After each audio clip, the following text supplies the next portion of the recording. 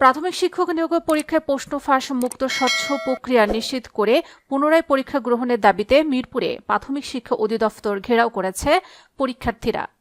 রোববার মিরপুরে প্রাথমিক শিক্ষা অধিদপ্তরের ঘেরাও করে সেখানে অবস্থান নিয়ে বিক্ষোভ করছেন আন্দোলনকারীরা। এ সময় তারা নানা স্লোগানে পরীক্ষায় অনিয়ম, জালিয়াতি ও প্রশ্ন ফাঁস হয়েছে জানিয়ে বাতিলের দাবি করেছেন।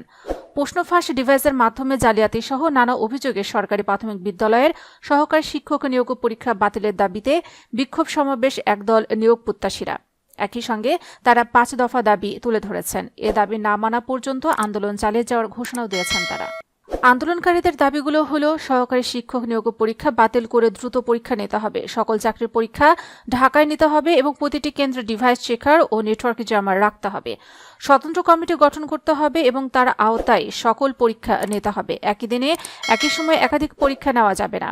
যেসব প্রতিষ্ঠানে বিগত সালে পরীক্ষার প্রশ্ন ফাঁসের রেকর্ড আছে তাদের কোনোভাবে প্রশ্ন প্রণয়ন করার দায়িত্ব দেওয়া যাবে না। প্রশ্ন ফাঁস হওয়ার তথ্য প্রমাণিত হলে জড়িত সবাইকে সর্বোচ্চ শাস্তির আওতায় আনতে হবে এবং প্রশ্ন প্রণয়নকারী প্রতিষ্ঠান প্রধানকে স্বেচ্ছায় 24 ঘন্টার মধ্যে পদত্যাগ করতে হবে। জানা যায়, গত 9 জানুয়ারি বিকেল 3টা থেকে 4:30 পর্যন্ত দেশের 61 জেলায় একযোগে সহকারী শিক্ষক নিয়োগ পরীক্ষা অনুষ্ঠিত হয়। এতে প্রার্থী ছিলেন 10,80,000-এর বেশি। পরীক্ষার কয়েকদিন আগে থেকে সামাজিক যোগাযোগ মাধ্যমে প্রশ্ন ফাঁসের গুঞ্জন ছড়িয়ে পড়ে। অনেকে ফাঁসকৃত প্রশ্ন ফেসবুকে শেয়ারও করেন। পরীক্ষার্থীদের অভিযোগ, পরীক্ষার 2 দিন আগে সামাজিক মাধ্যমে ছড়িয়ে পড়া প্রশ্নের একটি অংশ থেকে হুবহু কয়েকটি প্রশ্ন পরীক্ষা এসেছে। এতে প্রশ্ন ফাঁসের দাবি জোরালো হয়ে উঠেছে। 25 ডিসেম্বর প্রশ্নপত্র জেলা পর্যায়ে পাঠিয়ে দিয়ে তার প্রায় 2 সপ্তাহ পর পরীক্ষা নেওয়ার চক্রের হাতে প্রশ্নপত্র চলে গেছে বলে অভিযোগ তাদের।